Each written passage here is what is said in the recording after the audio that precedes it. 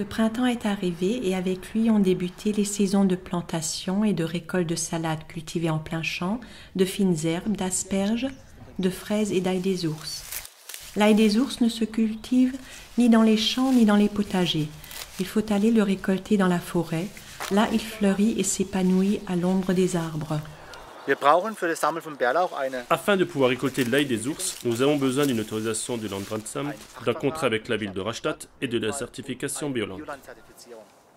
L'introduction de Flying Doctors dans les serres des fraises est une particularité de l'exploitation maraîchère de Georg Schmelzle.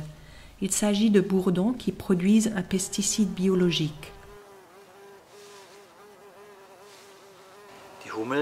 En sortant de leur abri, les bourdons effleurent les parois qui sont imbibées de levure.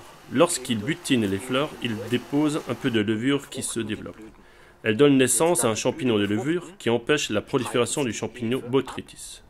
Grâce à cette méthode, les fraises sont à nouveau juteuses, sucrées et arborent une belle couleur rouge.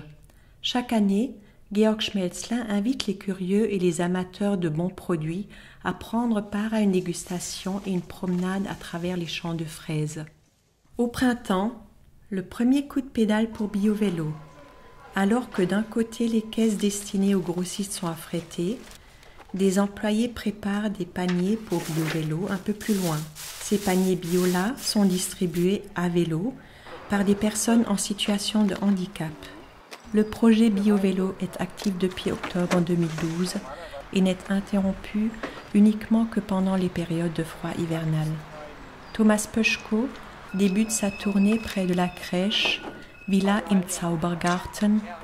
Il charge les paniers dans sa remorque avant de réaliser son circuit. Une fois par semaine, il tracte ainsi 200 kg de produits bio dans l'ouest de la ville.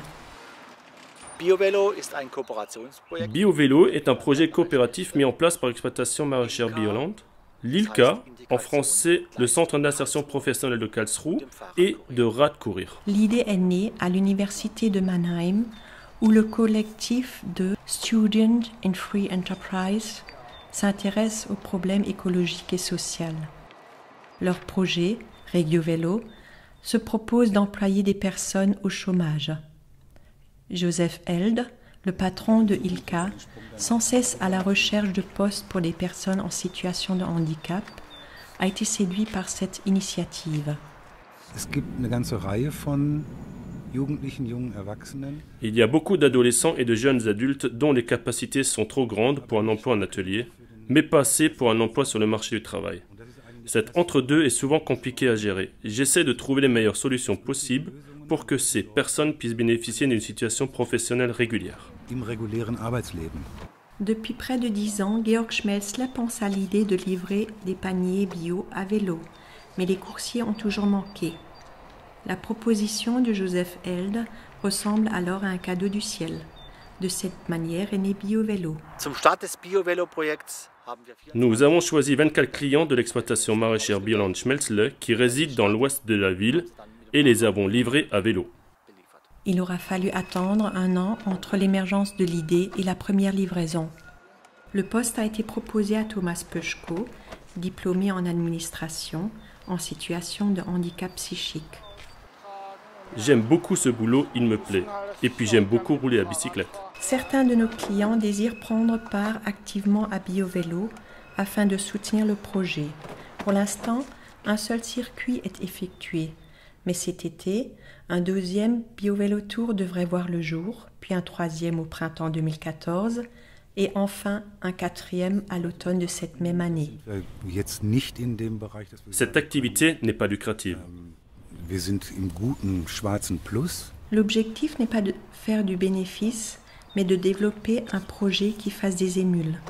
Cette idée est une alternative au travail en atelier qui est entièrement encadré.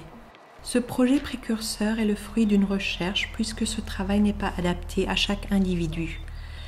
Il faut nous baser sur les capacités propres à chacun d'eux. Il n'existe pas encore de coordination entre les différents acteurs du projet, ce qui rend la chose plus difficile. Les personnes qui ont porté le projet à terme comptent sur l'écho favorable que trouve l'initiative au sein de l'opinion publique.